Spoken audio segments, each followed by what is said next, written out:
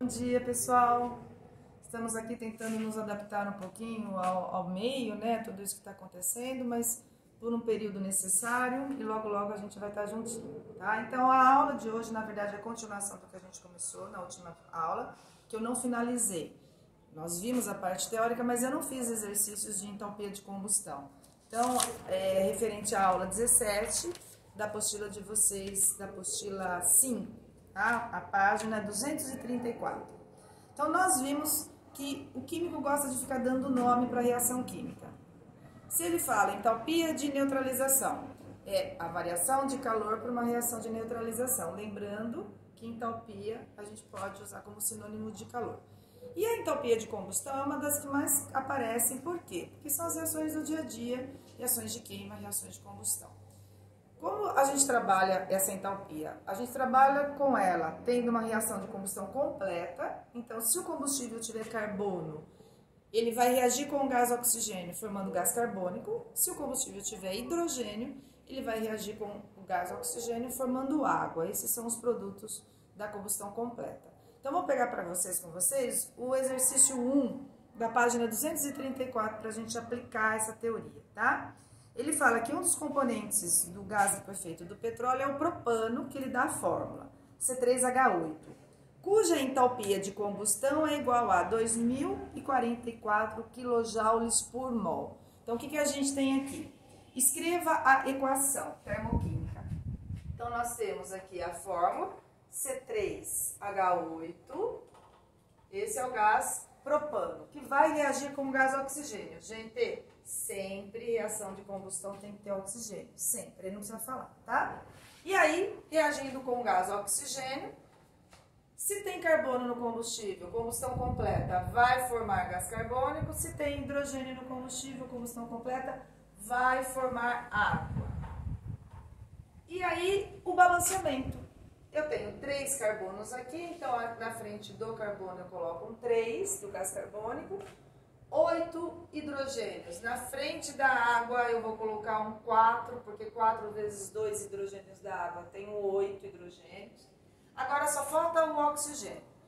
Só falta colocar o balanceamento na frente do O2. Então eu olho aqui no produto, eu tenho um total de 6 oxigênios no gás carbônico. Aqui são 2, mas eu coloquei um 3 na frente. Então, são 6 oxigênios. Mais 4 oxigênios da água. São 10. Então, eu preciso colocar aqui um número que vezes 2 me dá 10 oxigênios. Então, vou colocar um 5 aqui. E quando ele fala em entalpia de combustão, a gente padroniza. Lembra? A gente padroniza para 1 mol. 1 mol do combustível. Então, 1 aqui. Então, esse valor que ele deu é de 2044. Então, o ΔH dessa reação é 2044 kJ por mol do combustível. Lembrando que numa reação de combustão sempre libera calor. E aí o ΔH, para falar que está liberando calor, é o ΔH negativo, menos. Então é assim que a gente representa uma equação de combustão. Então o primeiro exercício foi isso que ele pediu, para a gente representar essa equação de combustão. No segundo exercício, ele me deu um motorzinho, em que ele colocou o octano, que é o principal componente da gasolina, para reagir dentro do motor numa reação de combustão. Aí ele pergunta, o esquema ilustrado é uma reação de formação ou de combustão? De combustão, a gente está falando de reações de combustão. Terceiro, equacione a reação termoquímica da combustão completa do octano líquido. Ele deu a fórmula do octano, então dá uma olhadinha aí na apostila, C8H18.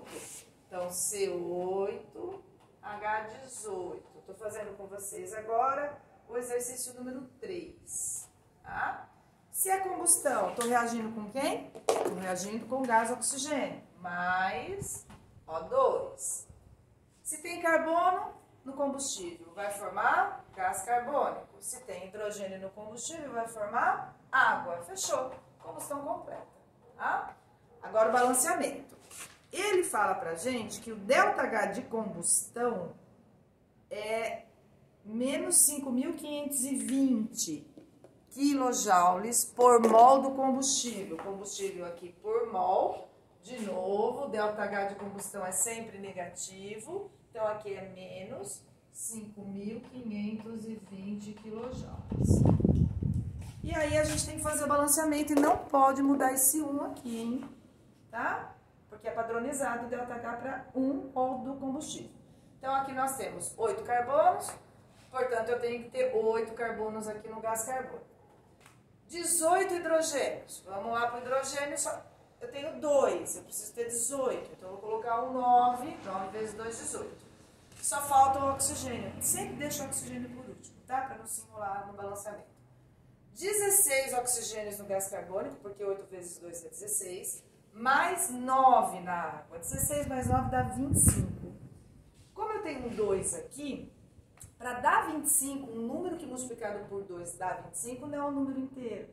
Então, não se incomodem em trabalhar 12,5 vezes 2 dá 25. Ou você pode trabalhar com fração, 25 sobre 2, tá? Tanto faz. Então, essa é a reação de combustão que a gente tem para o octano, que é o principal componente da gasolina. Se ele falar dos estados físicos, ele coloca na tabela, né? Então, a gasolina é líquido, o gás oxigênio é gasoso, gás carbônico. E aqui depende, porque a água, se estiver saindo pelo motor lá do carro, ela está gasosa. Mas se você trabalhar com ela a 25 graus Celsius, ela é líquida. Então, o exercício vai falar, não se incomode, o exercício vai falar. Nesse caso aqui, ele trabalhou com a água líquida. Então, esse seria o exercício 3.